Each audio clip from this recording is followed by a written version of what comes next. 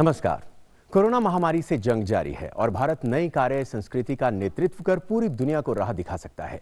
तो वहीं कोरोना के खिलाफ जंग में भी पूरी दुनिया के सामने नजीर पेश कर सकते हैं।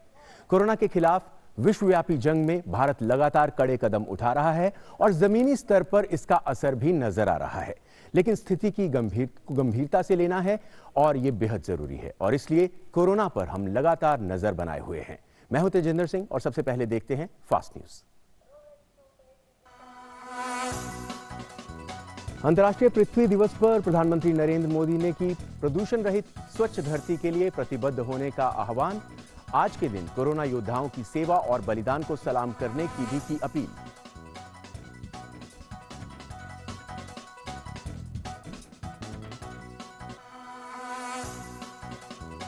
कोविड-19 पर केंद्र की अंतर मंत्रिलीय टीम के साथ सहयोग करने को तैयार हुई पश्चिम बंगाल सरकार। केंद्रीय टीम के साथ असहयोग की रिपोर्ट मिलने के बाद गृह मंत्रालय ने कल जताई थी कड़ी आपत्ति।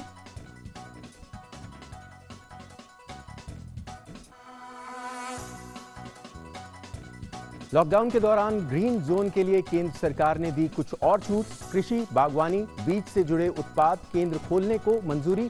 शैक्षणिक किताबों और बिजली के पंखों की बिक्री की भी मिली इजाजत।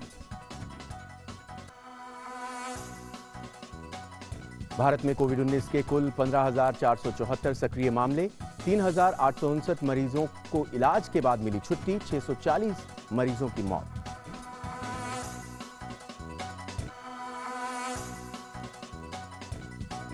खाद्य मंत्री रामविलास पासवान ने राहुल गांधी के आरोपों को बताया गलत। कहा, देश में अनाज की कोई कमी नहीं, गरीबों को भी दिए जा रहे हैं मास्क और सैनिटाइजर, सबको इस्तेमाल करने का है अधिकार। 2 दिन तक कोविड-19 के लिए नए रैपिड एंटीबॉडी परीक्षण का उपयोग नहीं करने की आईसीएमआर ने दी सलाह। कहा, बैच में खराबी होने पर कंपनी को किट बदलने के लिए कहा जाएगा।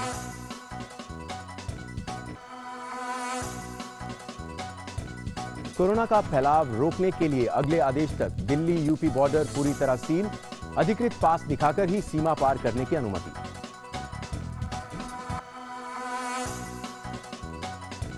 कोरोना संकट के दौर में अफवाहों के बाजार पर सरकार ने लगाई लगाम। कहा, रेलवे कर्मचारियों के वेतन भत्ते में कटौती की खबर गलत। 15 अक्टूबर तक होटल और रेस्टोरेंट बंद रखने के आदेश को भी बताया झूठ। दुनिया भर में कोरोना वायरस के कहर से 25,64,000 लोग संक्रमित। सबसे अधिक प्रभावित देश अमेरिका में मौत का आंकड़ा 45,000 के पार।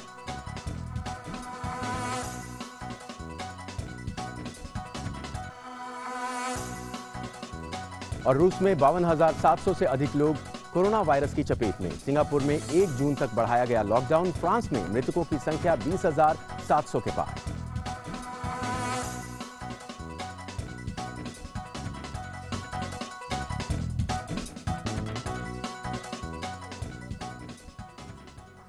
कोविड-19 स्पेशल बुलेटिन में आज सबसे पहले बात पृथ्वी की। जी हां, कोरोना वायरस महामारी के बीच आज पूरी दुनिया पृथ्वी दिवस मना रही है।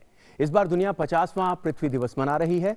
पृथ्वी पर रहने वाले तमाम जीव जंतुओं और पेड़ पौधों को बचाने तथा दुनिया भर में पर्यावरण के प्रति जागरूकता बढ़ाने के लक्ष्य के साथ 22 अप्रैल के दिन पृथ्वी दिवस यानी अर्थ डे मनाने की शुरुआत की गई थी। 1970 में शुरू की गई इस परंपरा को 192 देशों ने खुली बाहों से अपनाया और आज लगभग पूरी दुनिया में प्रतिवर्ष पृथ्वी दिवस के मौके पर धरा की धानी चुनर को बनाए रखने और हर तरह के जीव जंतुओं को पृथ्वी पर उनके हिस्से का स्थान और अधिकार देने का संकल्प लिया जाता है। प्रधानमंत्री नरेंद्र मोदी ने इस खास दिन पर ट्वीट करते हुए कहा कि हम सभी देखभाल और प्रचुर करुणा के लिए अपने ग्रह के प्रति कृतज्ञता प्रकट करें। आइए हम धरती को और स्वच्छ, स्वस्थ और संपन्न बनाने की दिशा में काम करने का संकल्प लें। कोविड-19 को हराने के लिए सबसे आगे काम कर रहे लोगों को धन्यवाद दें।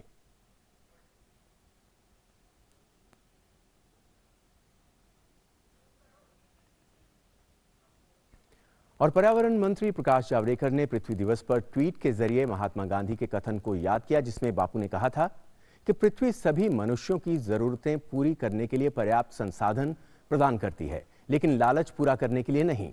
जावड़ेकर ने प्रधानमंत्री नरेंद्र मोदी की नीतियों को भी सराहा, जो जलवायु परिवर्तन के क्षेत्र में सकारात्मक काम कर रही हैं। आज पृथ्वी दिवस है। ये दिवस जो होते हैं वो हमें विषय वस्तु की ख्याल रखने का याद दिलाती है। तो पृथ्वी पर आज 700 करोड़ से ज़्यादा लोग रहते हैं और इतना बड़ा पूरी दुनिया एक ही ग्रह है जहाँ मनुष्य की बस्ती है। और इसलिए महात्मा गांधी जी कहते थे कि ये पृथ्वी सबके ज़रूरतों को पूरा करेगी, लेकिन सबके लालसा को पूरा नहीं करेगी, ग्रीड। तो इसीलिए, और प्रधानमंत्री जी भी कह रहे हैं कि अगर दुनिया में जलवायु परिवर्तन का मुकाबला करना है तो हमें एक सतत जीवन शैली का स्वीकार करना पड़ेगा, जो भारत की विशेषता है। भारत की जीवन शैली मूलतः पर्यावरण पूरक है, उसी जीवन शैली को आगे बढ़ाना पड़ेगा। आज पृथ्वी दिवस के निमित्त ये संकल्प लोग करें और एक सतत विकास का लक्ष्य पाने के लिए एक सतत चलने वाली जीवन शैली अपनाएं। यही मुझे लगता है मुख्य संदेश है आज का। और अब बात करते हैं कोविड-19 की, जिसमें पीड़ित मरीजों की संख्या भारत में बाकी देशों के मुकाबले कम है। स्वास्थ्य विभाग के अनुसार कोरोना वायरस से संक्रमण के कुल मामले हैं 19,984, जिनमें से 15,474 सक्रिय मामले हैं। खास बात यह है कि इनमें 3,869 मरीज स्वस्थ होकर अपने घर जा चुके हैं, जबकि 640 मरीजों की कोविड-19 से मौत हो चुकी है। तो ये भारत के आंकड़े हैं और केंद्र सरकार लगातार इस कोशिश में है कि कोरोना के मामलों को नियंत्रण में रखा जाए। इसी वजह से लोगों से अपील की जा रही है कि वो अपने घरों में ही रहें और अगर बाहर निकल भी रहे हैं तो सभी सुरक्षा मानदंडों को अपनाएं, जैसे कि मास्क या फेस कवर से अपने नाक और मुंह को ढक कर रखें।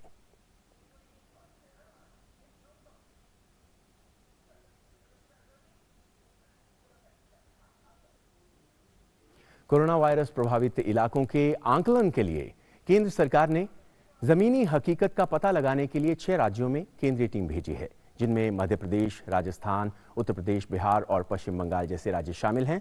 इस वक्त पश्चिम बंगाल भी एक टीम गई हुई है। कल तक पश्चिम बंगाल की सरकार कोविड-19 की लड़ाई में सेंट्रल टीम का साथ नहीं दे रही थी, लेकिन अब पश्चिम बंगाल के मुख्य सचिव ने केंद्रीय गृह मंत्रालय को चिट्ठी लिखी है और भरोसा दिलाया है कि पश्चिम बंगाल की सरकार आपदा प्रबंधन अधिनियम और सुप्रीम कोर्ट के निर्देशों का पूरी तरह से पालन करेगी।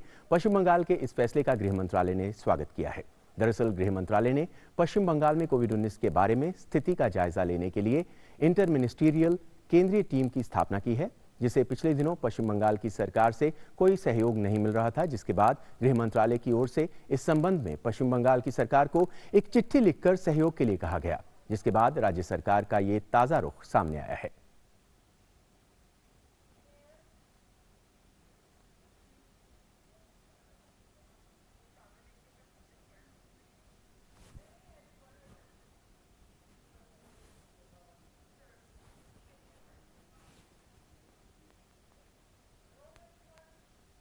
पश्चिम बंगाल के मुख्य सचिव ने पत्र लिखकर गृह मंत्रालय को बताया है कि उन्होंने टीम्स के साथ संपर्क किया है, बैठक की है और उनका ऑन द स्पॉट आंकलन में सहयोग दे रहे हैं।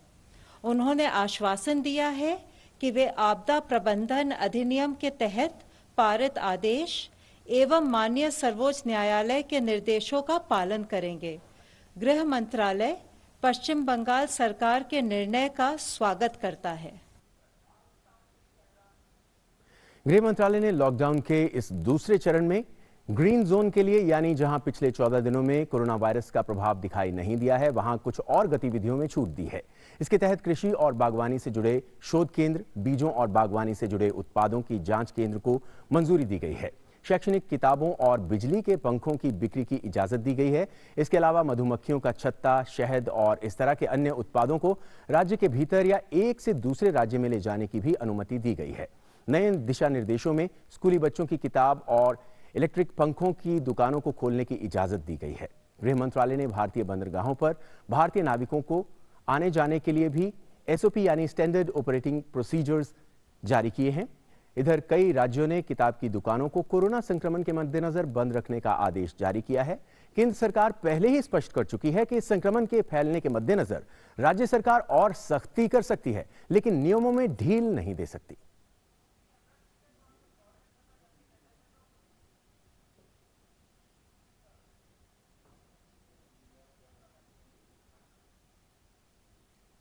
गोवा के मुख्यमंत्री डॉक्टर प्रमोद सावंत ने बंदरगाहों पर नाविकों के लिए केंद्रीय गृह मंत्रालय द्वारा जारी किए गए एसओपी यानी स्टैंडर्ड ऑपरेटिंग प्रोसीजर्स का स्वागत किया है। उन्होंने उम्मीद जताई कि समुद्र में फंसे गोवा के नाविक अब जल्द ही घर लौट आएंगे। होम सेक्रेटरी ने जो ऑर्डर निकाला, standard operating procedure for the sign on and sign off the Indian seafarers at Indian ports and their movement for the aforesaid purpose, जब मैं उनका स्वागत करता हूं। मैं सभी गोवा के लोगों की तरफ से माननीय पंतप्रधान नरेंद्र मोदी जी का मैं आभार व्यक्त करता हूं, धन्यवाद व्यक्त करता हूं। मिनिस्ट्री ऑफ शिपिंग से जो साइन ऑफ और साइन इन करना है वो कल से स्टार्ट होगा और मिनिस्ट्री ऑफ शिपिंग से इसके लिए टीजी शिपिंग से और एक प्रोटोकॉल आने वाला है। कौन सी शिप कौन से इंडियन पोर्ट पे लगेगी, कौन सी शिप कहाँ पे लगेगी और उनके मूवमेंट किस तरह से होगा, इसके लिए सेपरेट एसओपी आने वाली है कल। तो उस एसओपी से देख के बाकी प्रोटोकॉल यहाँ पे निश्चित किया जाएगा। कोरोना वायरस पर स्वास्थ्य मंत्रालय की पैनी नजर है। लगातार विभाग इस दिशा में काम कर रहा है और किस तरह से संक्रमण की रफ्तार को थामा जाए। अब तक स्वास्थ्य विभाग की कोशिशों का नतीजा है कि भारत में रिकवरी रेट में 17.48% तक सुधार आया है। मामले दोगुना होने की रफ्तार घटी है। इसके अलावा आईसीएमआर ने कहा है कि राज्य अगले 2 दिन रैपिड टेस्ट किट का इस्तेमाल न करें।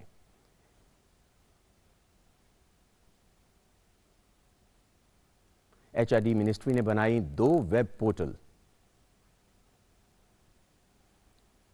मास्टर डेटाबेस में 1.24 करोड़ कोविड वॉरियर्स की जानकारी है। covidwarriors.gov.in पर कोविड वॉरियर्स की जानकारी है। IGOT.gov.in पर ऑन साइट ट्रेनिंग मटेरियल की जानकारी मौजूद है। 15,000 आयुष प्रोफेशनल्स तैनात किए गए हैं और 1 लाख से ज्यादा आयुष प्रोफेशनल को ट्रेनिंग दी गई है। 18 लाख से ज्यादा नए वॉलंटियर्स शामिल हुए हैं। 27 लाख नेहरू युवा केंद्र के लोगों को प्रशिक्षित किया गया है। राज्यों के साथ मिलकर कर रहे लॉकडाउन के पालन की निगरानी और नई शुरू की गई गतिविधियों में प्रवासी मजदूर शामिल किए जा रहे हैं। 4 राज्यों में 6 केंद्रीय टीमें भेजी गई हैं। महाराष्ट्र, एमपी, राजस्थान और पश्चिम बंगाल में केंद्रीय टीमों को सहयोग मिल रहा है।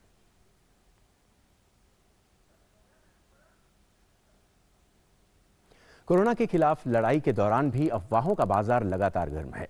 अब रेलवे विभाग को लेकर एक फर्जी खबर वायरल हो रही है। इसमें दावा किया जा रहा है कि लॉकडाउन के कारण रेल मंत्रालय अपने 13 लाख से ज्यादा अधिकारियों और कर्मचारियों के वेतन और भत्तों में कटौती करने की योजना बना रहा है। यह खबर पूरी तरह से झूठ है। रेल मंत्रालय द्वारा ऐसी कोई भी योजना नहीं बनाई जा रही है। पीआईबी फैक्ट चेक की पड़ताल में यह भी दावा पूरी तरह से फर्जी पाया गया है। ऐसे में जरूरी है कि लोग इस तरह की झूठी और भ्रामक खबरों की ओर ध्यान ना दें।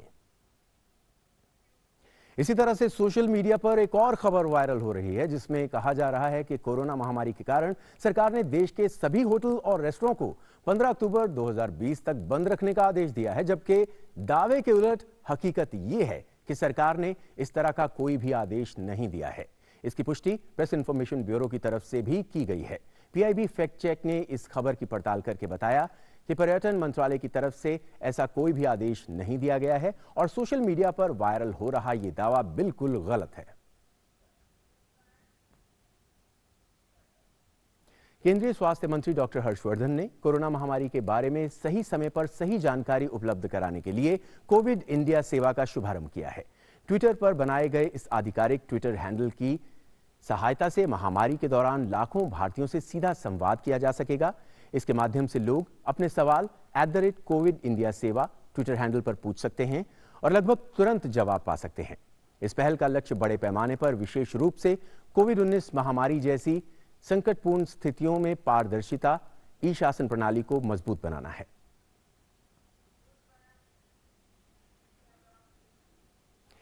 केंद्रीय मंत्री रामविलास पासवान ने राहुल गांधी के ट्वीट पर पलटवार करते हुए कहा कि गरीबों के लिए खाद्यान्न की कोई कमी नहीं है। पासवान ने कहा कि हमारी प्राथमिकता है कि कोई भी भूखा ना रहे। यह कहना गलत है कि सैनिटाइजर और मास्क अमीरों के इस्तेमाल के लिए हैं। हम चाहते हैं कि गरीब भी इसका इस्तेमाल करें।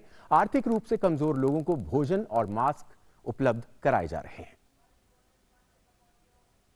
हम सरकार की तरफ से हमारी मानसा है, दोनों चीज है कि जो गरीब लोग हैं उनको कहते भूखा नहीं रखा जाए, लेकिन उसके साथ साथ ये कह देना कि आज के समय में सैनिटाइजर जो है अमीर लोगों के लिए है या मास्क अमीर लोगों के लिए है, मैं समझता हूँ ये गलत बात है।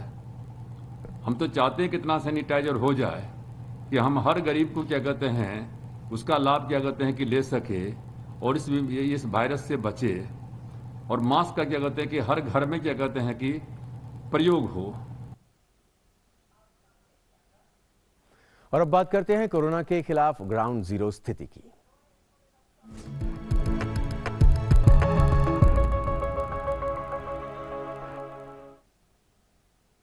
उत्तर प्रदेश सरकार ने गौतम बुद्ध नगर जिले में कोविड-19 के संक्रमण का फैलाव रोकने के लिए एहतियात के तौर पर दिल्ली नोएडा बॉर्डर को अगले आदेश तक पूरी तरह सील कर दिया है।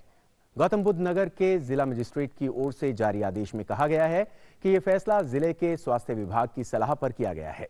स्वास्थ्य विभाग ने जिले में कोविड-19 संक्रमण के नए मामलों और दिल्ली तथा नोएडा के बीच यातायात के दबाव को देखते हुए बॉर्डर सील करने की सिफारिश की थी, लेकिन कोविड-19 से निपटने संबंधी सेवाओं में प्रत्यक्ष रूप से शामिल सरकारी कर्मचारियों को बॉर्डर से आने जाने की छूट दी गई है।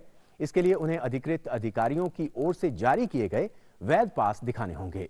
इसके अलावा आवश्यक वस्तुओं की ढुलाई संबंधी वाहनों, एम्बुलेंस सेवा, नोएडा स्थित अस्पतालों में काम करने वाले विशेषज्ञ अधिकारियों को भी आने जाने की छूट होगी।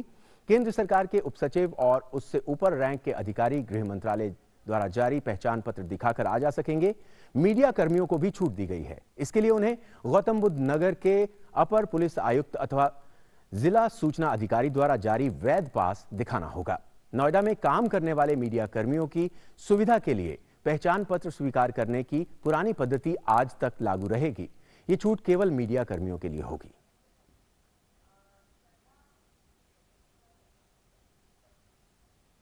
और राजस्थान में मॉडिफाइड लॉकडाउन के तहत औद्योगिक क्षेत्र को अब काम चालू करने की छूट दी गई है, लेकिन ये छूट उन्हीं फैक्ट्रियों पर लागू है जिनके पास वर्कर्स के खाने और रहने का इंतजाम है, और ये सुविधा सब जगह उपलब्ध नहीं होने के कारण प्रवासी श्रमिक राज्य सरकार द्वारा बनाए गए शेल्टर होम्स में रह रहे हैं। जयपुर में शेल्टर होम का जायजा लिया हमारे संवाददाता विशाल बैरिस्टो ने।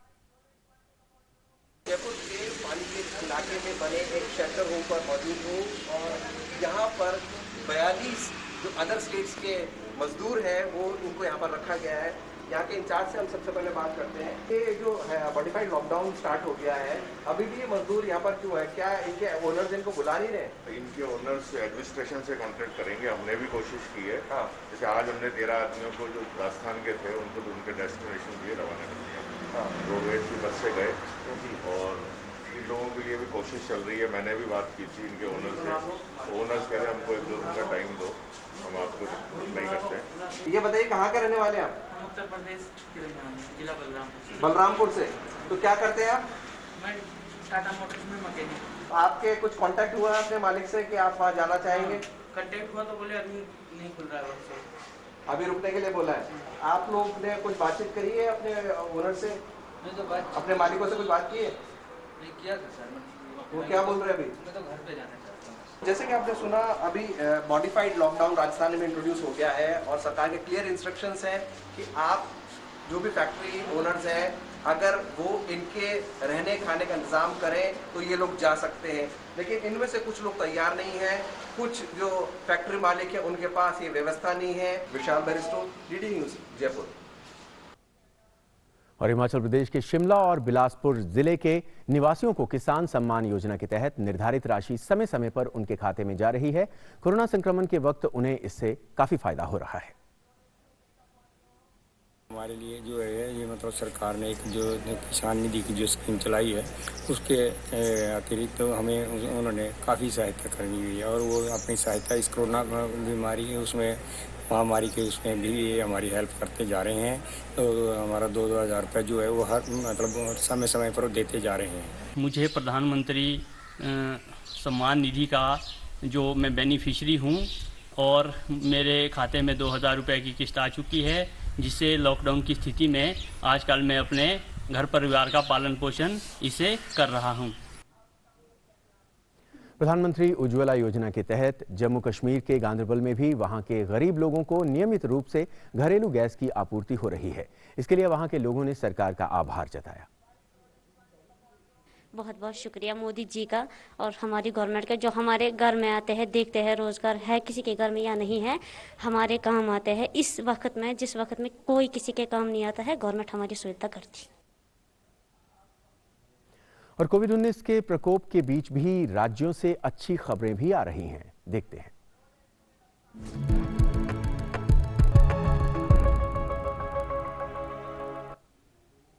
कोरोना के इस दौर में लद्दाख से अच्छी खबर है, जहां कोविड-19 के खिलाफ लड़ाई में आम जन भी सरकार का सहयोग कर रहे हैं।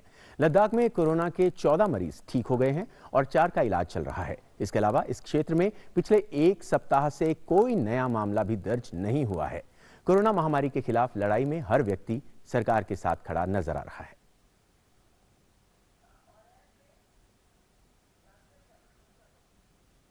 कोरोना वायरस के कारण हुए लॉकडाउन के चलते बनी संकट की स्थिति के बीच चंडीगढ़ में सुरक्षा बल लोगों की मदद में जुटे हुए हैं। सुरक्षा बलों की ओर से जरूरतमंदों को हर संभव मदद की जा रही है। चंडीगढ़ में सीआरपीएफ जवान जरूरतमंद परिवारों को खुद खाना बनाकर खाद्य और अन्य सामग्री मुहैया करा रहे हैं।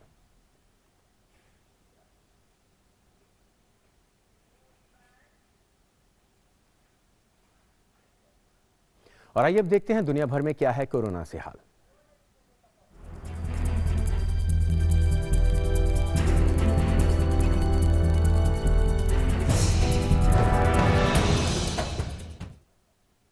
नेपाल में मंगलवार को कोविड-19 के 11 नए मामले सामने आए। इसके साथ ही वहां कोरोना से पीड़ितों की कुल संख्या बढ़कर 42 हो गई है। नेपाल के स्वास्थ्य और जनसंख्या मंत्रालय के अनुसार मंगलवार को उदयपुर जिले में 11 लोग कोरोना संक्रमित पाए गए। इन मरीजों में 9 पुरुष और 2 महिलाएं शामिल हैं। इस प्रकार नेपाल के उदयपुर में सर्वाधिक 24 मामले सामने आ चुके हैं। इससे पहले उदयपुर में 17 अप्रैल को 12 लोग कोरोना पॉजिटिव पाए गए थे। मीडिया रिपोर्टों के अनुसार स्थानीय प्रशासन ने उन क्षेत्रों को सील कर दिया है जहां कोविड-19 के अधिकांश मामलों का पता लगा था और अब पूरे जिले को सील करने की तैयारी चल रही है। कोरोना वायरस ने दुनिया भर में सबसे अधिक अमेरिका को प्रभावित किया है। अमेरिका में कोरोना से संक्रमित मरीजों की संख्या बढ़कर 8,24,147 हो गई है, जिसके साथ अमेरिका में कोरोना वायरस की वजह से मरने वालों की संख्या करीब 45,000 के पार पहुंच गई। रूस में पिछले 24 घंटों के दौरान कोरोना के 5,642 नए मामले सामने आए हैं। इसके साथ ही यहां संक्रमितों की संख्या 52,763 पहुंच गई है। सभी नए कोरोना मामले मॉस्को क्षेत्र और सेंट पीटर्सबर्ग में सामने आए हैं। सिंगापुर के प्रधानमंत्री ली हसियान लुंग ने 4 सप्ताह यानी 1 जून तक के लिए लॉकडाउन बढ़ा दिया है। इससे पहले सिंगापुर में ज्यादातर स्कूल और दफ्तर 7 अप्रैल से 4 मई तक बंद रखने का ऐलान किया गया था। सिंगापुर के पीएम ली हसियान लुंग ने बताया कि सिंगापुर में एक ही दिन में कोरोना वायरस संक्रमण के 1,111 पॉजिटिव मामले आ चुके हैं। इसे लेकर देश का कोविड-19 के मरीजों की कुल संख्या का आंकड़ा 9,125 तक पहुंच गया है। ब्रिटेन में कोरोना वायरस से 828 लोगों की मौत हो गई है।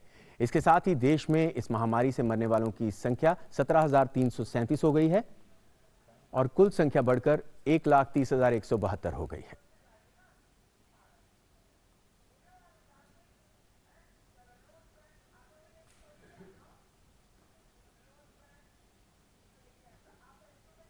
और कोरोना के बचाव का तरीका बताते हुए एम्स के डॉक्टर इस बार आए हैं एक वीडियो सॉन्ग के साथ। तो क्या कह रहे हैं ये डॉक्टर, आइए सुनते हैं।